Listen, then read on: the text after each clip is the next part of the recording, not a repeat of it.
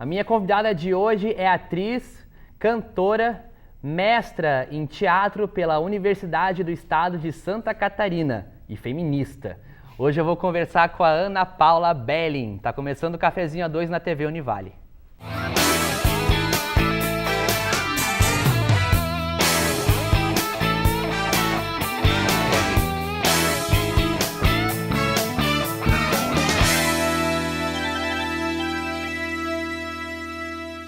É isso aí, senhoras e senhores, Cafezinho A2, última temporada. E sabe que depois de, 3 anos e meio fazendo esse programa, às vezes eu penso assim, eu acho que eu já conversei com todo mundo que tem de interessante na região. Aí, de repente, na minha aula de segunda-feira aqui, com o professor Gustavo Zonta, ele pega e me apresenta essa artista, que eu considero assim, você uma artista completa, porque você canta. Dança também ou não? Um pouco, não. Né? Não? Já fiz dança só quando pequena, mas né? não. Você fez balé. Você atua, E você é feminista, que também é uma pauta essencial nos tempos que a gente vive, né? Em todos os tempos. Teve que ser essencial, mas nesse, principalmente. Temos aqui o CD de Avessa, é o CD que a Ana Paula... Né? Você compôs todas as letras, não, né? Não, na verdade eu sou intérprete, não sou só compositora. Intérprete, né? A composição de todo esse CD, de todo esse trabalho é de parceiros meus, né? Bacana. A gente compôs, eles compuseram para esse trabalho, mas eu sou apenas a intérprete dessas composições. E compor não é tua praia assim? Você nunca se arriscou? Eu me arrisco, mas eu escondo pra mim, fica pra mim só, assim. Não cheguei a mostrar isso pros outros. E Avessa é o teu trabalho mais atual, certo? Certo. Como é que surgiu esse espetáculo? Avessa surgiu lá em meados de 2011, 2012. Na verdade, em 2011 eu dirigi um espetáculo chamado Beatriz, na época da universidade, dentro de uma disciplina que me colocava na posição de diretora. Eu dirigi um solo de uma atriz mais velha, mais experiente, e era um espetáculo todo inspirado na obra feminina do Chico Buarque, né? Todas as mulheres do Chico Buarque. Todas não, né? Porque são muitas. Mas a gente se pautou em grande parte dessa obra, né? Sobre mulher que ele tem.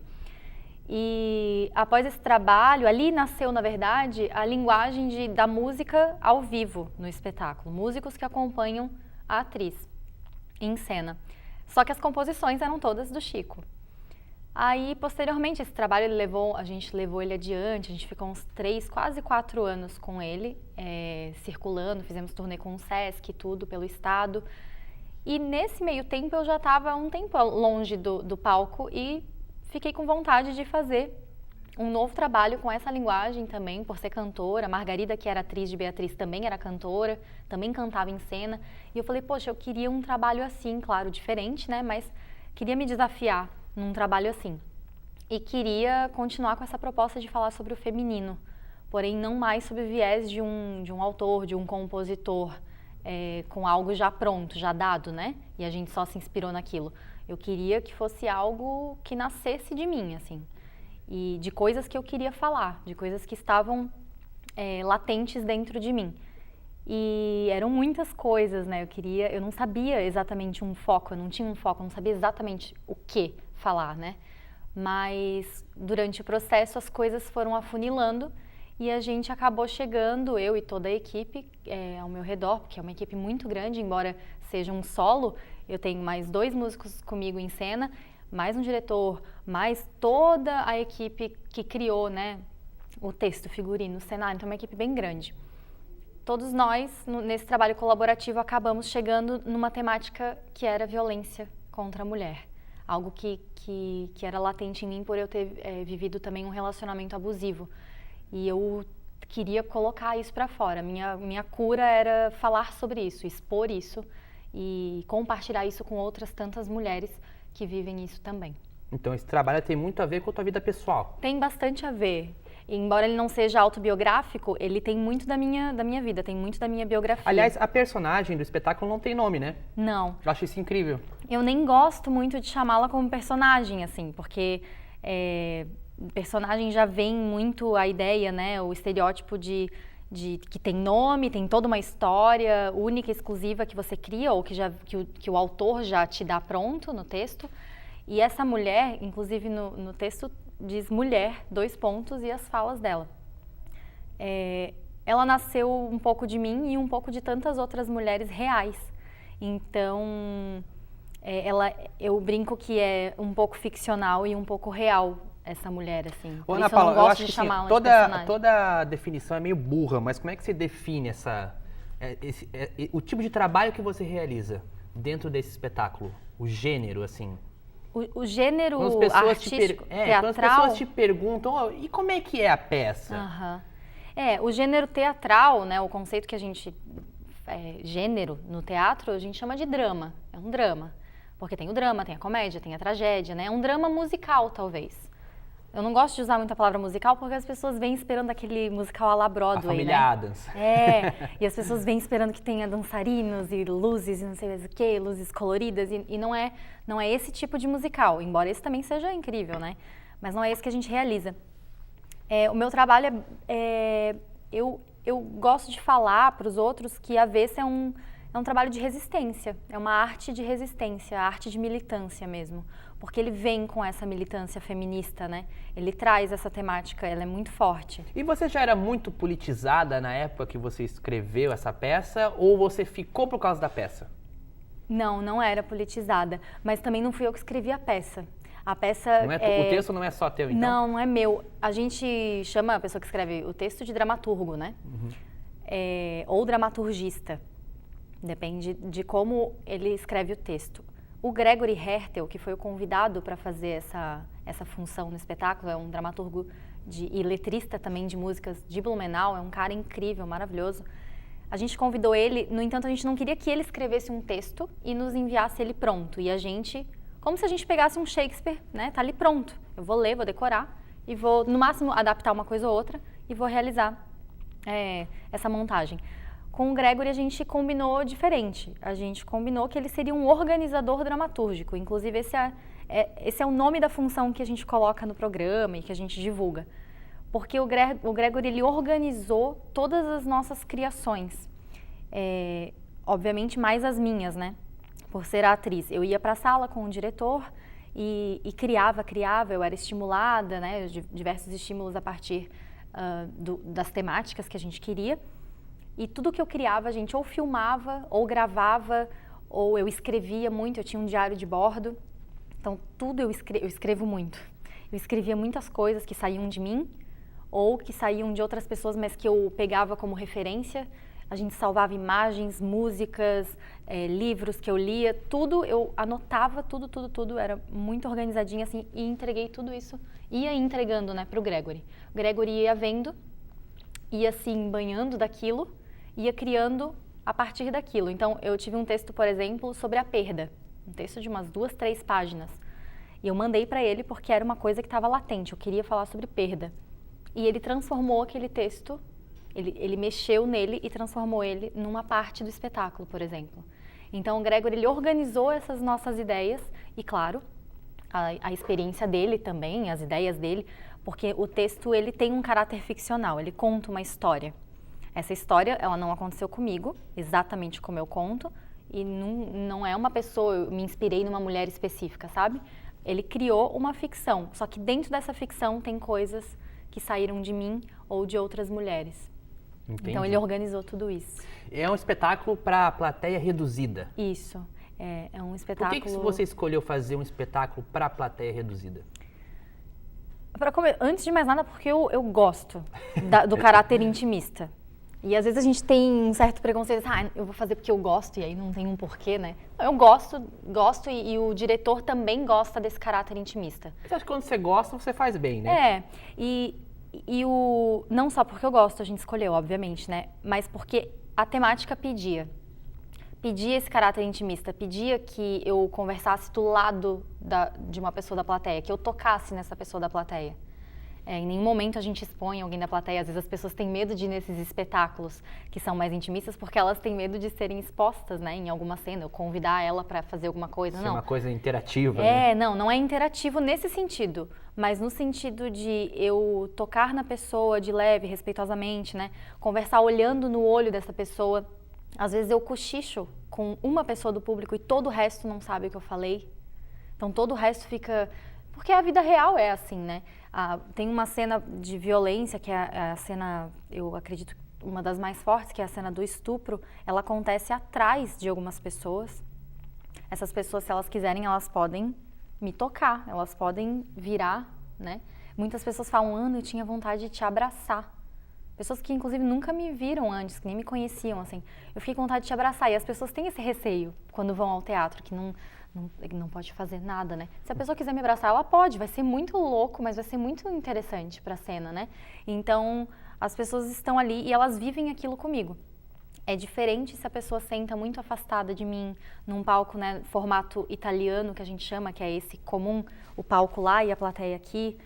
Essa distância, querendo ou não, ela interfere um pouco na leitura do público. O público fica muito mais sentido, assim, muito mais... ele toma muito mais para ele se identifica muito mais quando ele está perto, quando a coisa acontece na frente dele, né? Então a gente decidiu que seria intimista, começamos por aí. Depois a cenógrafa trabalhou um cenário em forma de labirinto. E o público senta no nosso cenário, não há cadeiras, há bancos que são cenário, que formam um labirinto, e eu atuo por entre esses bancos, no chão, em pé, sentada, né? E o público está sentado formando esse labirinto, pelo qual eu... Então o público também pode se mexer, pode virar, né? Pode trocar de lugar. Me fala sobre a cena do estupro. Como é que você planejou? Planejou não, me fugiu a palavra, mas... Criou isso. Criou. Né? Deve ser algo bastante denso de se criar, né? Foi um processo demorado, lento. Todo o espetáculo levou basicamente 15 meses na criação, né?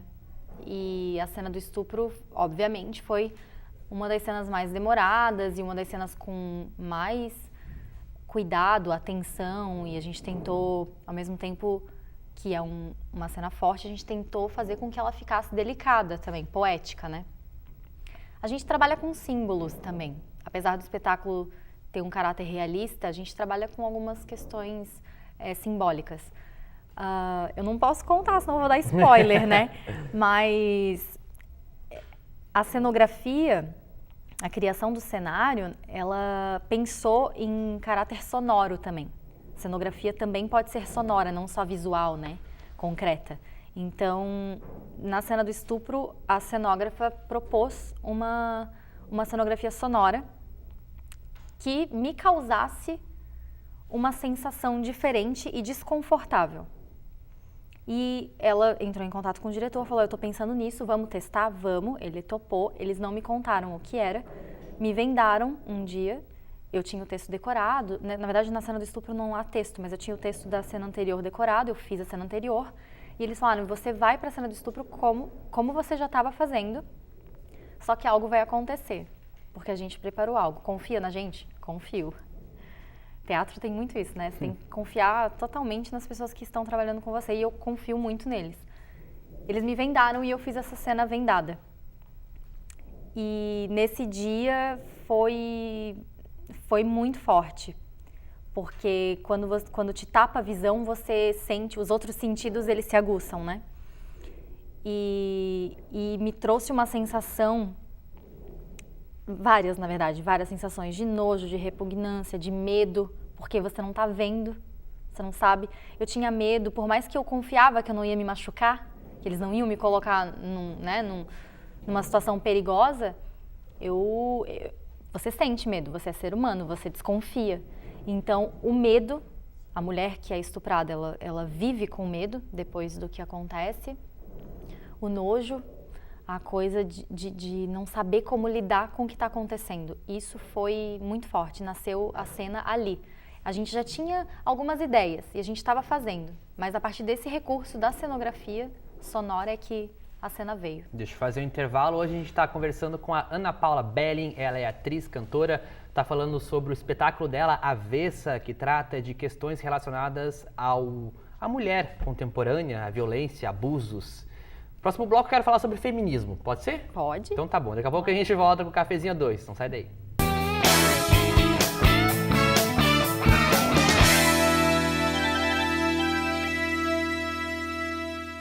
De volta com o Cafezinho 2, hoje eu estou conversando com a Ana Paula Belling. Ela é atriz, cantora e está falando sobre o seu espetáculo Avessa, que trata de questões relacionadas ao mundo feminino contemporâneo, incluindo abusos e violência. A gente está falando agora sobre cena de estupro que tem no espetáculo.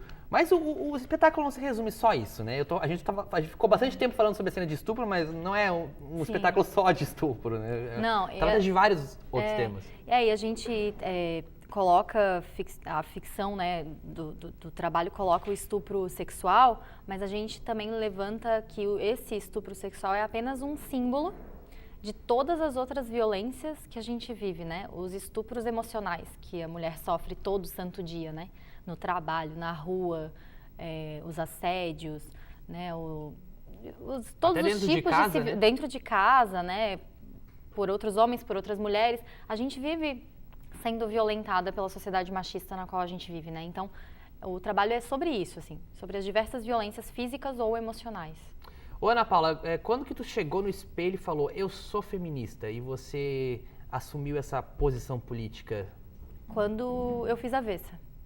Antes de Avessa, eu falava aquela frase quase que clichê, assim, da mulher que ainda não entendeu o feminismo, né? Eu não sou feminista, eu sou feminina. Eu falava isso e hoje eu dou risada de mim mesma, assim, porque eu falava isso, na verdade, porque eu não entendia o que era o feminismo. Eu achava que o feminismo era o femismo, por exemplo. O femismo, sim, é o contrário do machismo. O machismo é quando coloca o homem superior à mulher, né? Que é o que a gente vive até hoje, infelizmente.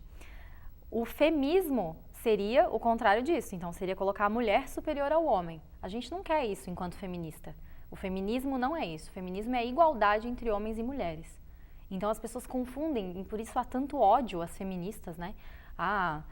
Aqueles xingamentos típicos e clichês de feminazi, né? Comparando as feministas com nazistas, que é completamente ignorante, porque a pessoa não entendeu. Realmente ela não entendeu. Ignorante no sentido de ignorar o que está acontecendo, né? Ela não entendeu, não quis entender, ou ninguém explicou para ela ainda que feminismo é a luta por equidade entre homens e mulheres. E como é que você luta, além da peça, que é maravilhosa, quero assistir ainda, como é que você luta no teu dia a dia para que isso aconteça? Eu sou bastante polêmica. Eu sou muito polêmica, as pessoas que estão ao meu redor sabem. E depois de Avessa, isso ficou mais latente, porque aconteceu ali, né? Eu me tornei feminista com esse trabalho. Então, após esse trabalho, rola até uma cobrança das outras pessoas. Né? Poxa, você faz um trabalho sobre isso, você precisa mostrar isso na sua vida, na prática, né? E as pessoas têm razão de me cobrar isso, realmente. A gente não pode ficar só no discurso, né? Então, eu luto todo santo dia, assim. Se há alguma piada que não é piada, né? Por isso piada entre aspas, que é machista ou que é preconceituosa com outras minorias, né? LGBTs, negros, deficientes, esse tipo de coisa sempre me incomodou muito. Hoje me incomoda muito mais, porque hoje eu tenho uma consciência melhor por ser feminista, né? É um movimento político e você faz política todo dia. A gente está fazendo política aqui conversando, né? Política é você conviver com o outro. Então, o feminismo é um movimento político, é um movimento ideológico, social e filosófico também. Então, eu preciso colocar isso na minha prática, no meu dia a dia. Na rua, dentro de casa, a gente conversa muito sobre isso dentro da minha casa. A minha mãe tem se tornado outra pessoa, porque a gente tem conversado muito, porque eu também me tornei outra mulher, e eu percebo que ela tem visto essa minha mudança e tem participado dela comigo, o que me deixa muito feliz.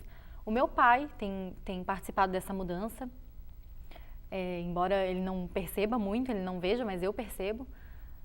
Os meus colegas, né, que trabalham comigo, colegas de faculdade. As pessoas ao seu redor não também, é que eu transformei, né? Mas eu acredito que a gente dialoga e com o diálogo a gente pode se transformar, porque eu também mudo, né?